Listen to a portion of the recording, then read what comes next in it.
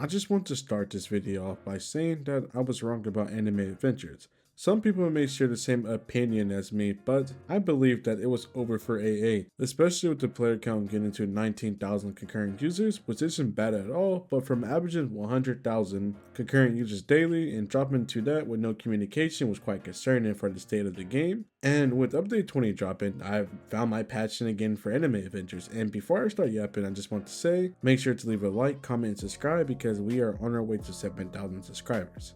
Let's clap it up, man. AA has finally added a unit manager. Now, I know some people may not agree with this, saying that, oh, it's going to be easier for macros, this and that, yada yada yada. Even without a unit manager, macros will still be in the game. If you hate the unit manager, are you really supporting the innovation that Anime Adventures is bringing to their game? Because adding a unit manager to AA was huge, because if you do infinites or even the winter event, for example, it is really hard to find your units once everything is placed out, you know? Now, it could have went two different ways, right? They could have had a toggle feature, right? Which displays the name of your units only, which could have been easier to manage, or add the unit manager, which is 10 times better, you know? Let's talk about the dungeons, you know? Whoever came up with that concept, shout out to you guys, bro. That dungeons game mode, I've had a lot of fun. Even if it's 20 floors, I had a lot of fun because dungeons remind me a lot of the Labyrinth and Seven Deadly Sins Grand Cross, which I also enjoy a lot too when Netmarble decides to bring that into the game, you know?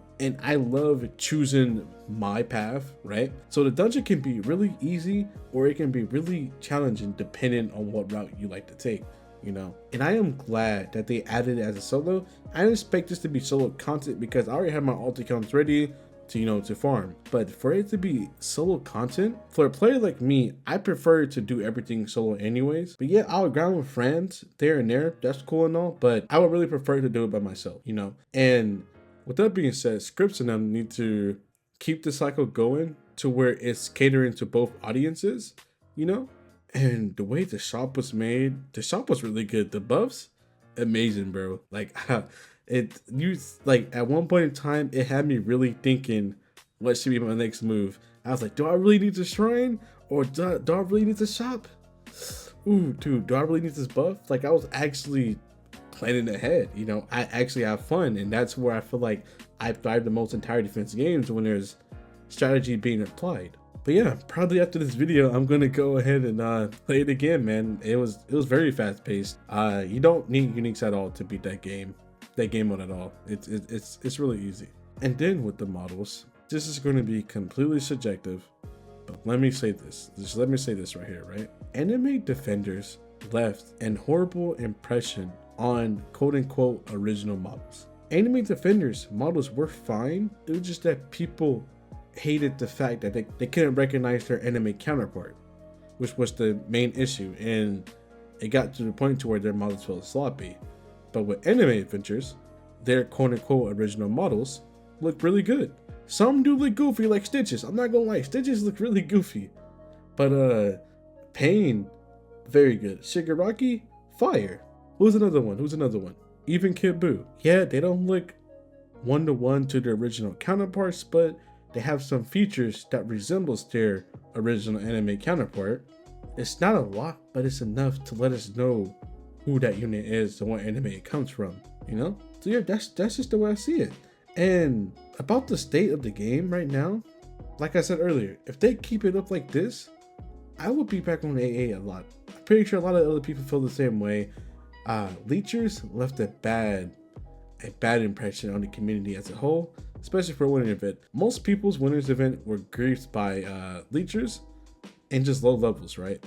And with the winter event being hard to some people, they just had a horrible experience just overall with it. So dungeons being added is quite refreshing. And then we have a new story, and then portals to farm too, because you know everyone loves portals, and I gotta get on that ASAP because I need to do my dungeons. I need those dungeon keys, you know. But what I would say, that in the future, I would love to see to where we will be able to craft stars, because the dungeon had me sold. But adding the starfruit capsules in the daily shop gave me more reason to grind the game to evolve units, because the biggest issue I have with this game at this moment is the starfruit gain. You know, there are numerous ways to get it, but the most tedious way is challenges, and you're not always guaranteed that one star that you need. And I feel like sometime within the future, star fruit should be easier to be attained. Some of you guys may call me lazy, but who cares, man? At the end of the day, I just want my experience to be good. It sounds selfish, but I'm pretty sure people would agree with that opinion as well, but it is what it is. Now, they're starting to come up a little bit with the quality of life, so I'm not going to lie. Some of them should have been in there since day one, especially the stat rerolling. There should have been a confirmation added since day one, And it's good that AA has competition now, like Anime Last Stand and Anime Vanguards. It forces Anime Avengers to actually improve their game, because at one point in time, before the shutdown, the update cycle was pretty rinse, wash, and repeat. There was hardly any innovation within the game. It was just portals, raids, event, portals, raids, event, new story, legend stages. And it's just like a perfect loop, you know what I'm saying? But now that it's switching up a little bit, it's just good to see. It's just good to see tower defense games do things differently, It keeps the genre fresh. It keeps the genre from dying, you know what I'm saying? If I want to turn my brain off and just go look at big numbers, I go play Anime Last Stand. If I want to do dungeons, I go play Anime Adventures. If I want to do portals with elemental reactions, I can go to Anime Vanguards.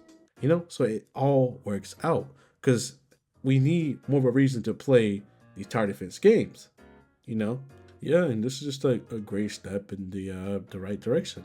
I just want all tower defense games to feel different, I don't want to get on Anime Realms, grind their raid update, turn around, go on Reborn, grind their raid update. Same thing. But I'm not gonna get too much into that.